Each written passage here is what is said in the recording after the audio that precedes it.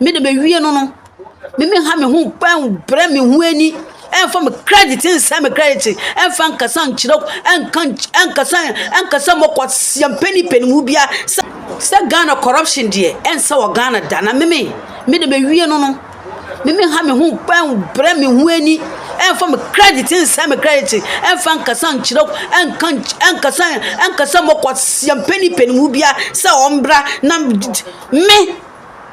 wie dia me hu me wie ya kwa nipa wa Ghana kwa ma NDC me wo me kom wo ha ntokwa toko hunu atwade nyina me bo samosi me boa munko kuma so dwom ntoma lai munko bi sase acheke wura ye be ka kirem me ne mema nyina metimi sua onaburu Mubarak nti metimi sua ma cheke na ma bo atwade ne bema onaburu Mubarak nti NDC nti na ma bo atwade me baraka me ba ya me ni ko hia obejo ayi o say NDC for mu ni suban na me kasa no kura so NDC obekuo me NDC ni bia no obefiu e before the wo mu say omu ya kromfo omu esika nibre e na wo mu so na NDC for mu ye papa che NDC for omu trimu de omu ya budifo makane na aka na ochina ma kwa me NDC from Ghana ma fight me NDC from Ghana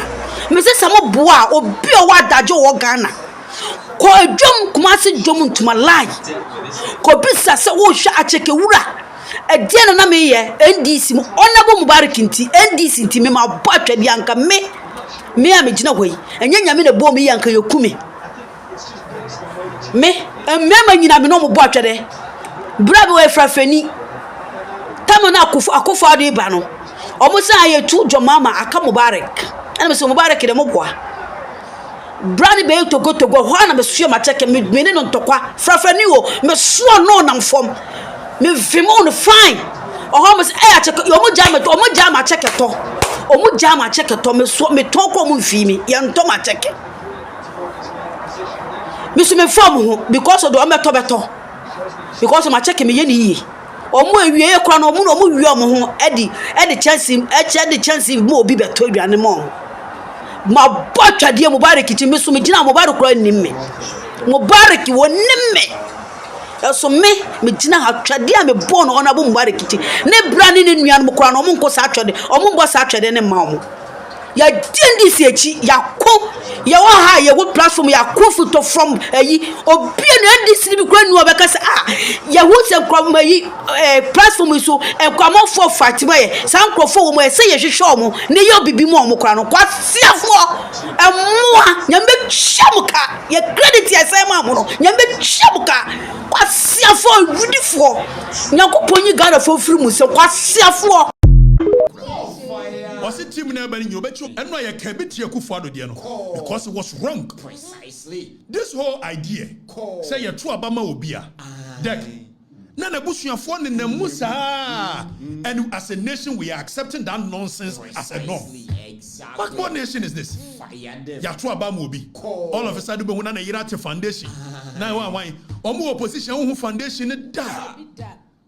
Nana Irate foundation, now the number here private companies so mumra me support it. Yes, it is a dream now. Why? One day to come and Mbeka say, I could for the $25 million contract. I'm an Ebasu on Conco Penty, a year you were at work.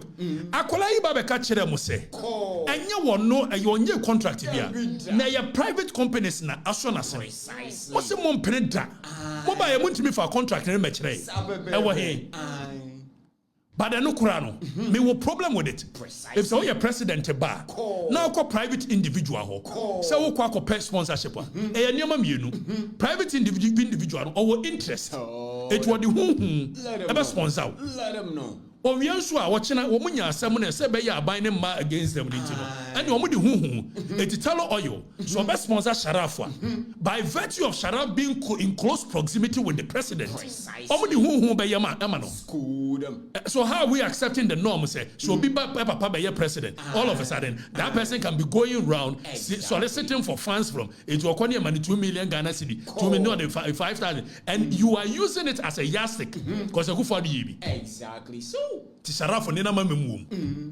Sadenya, Sharaf organize boxing. A kama. It boxing for say, me and Kamasem. It is even an affront. I deal with Eyanim Guasiama Muankasa as a nation.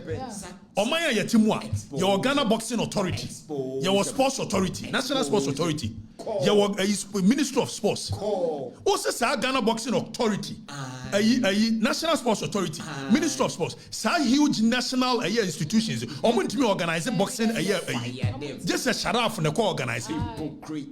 When you correct. So I say, Obi use state power at your building a you're wrong.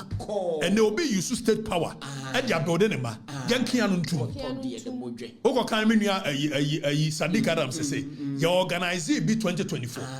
One and name said 2024. John Mahama was a potential president. And don't forget, John Mahama has become a president before and now coming. So by virtue of so even former president in it alone. And on the ma, a friend be a influence peddler. What is one of the can say?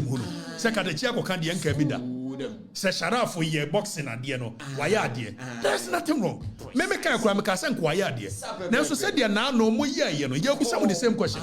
Musimunti bida. I don't know Munti bida. Matimit Mutubine Yamano, because I shut up. Me and my Sharaf and you're no target. I'm questioning a year, you know. Say, ya the papa.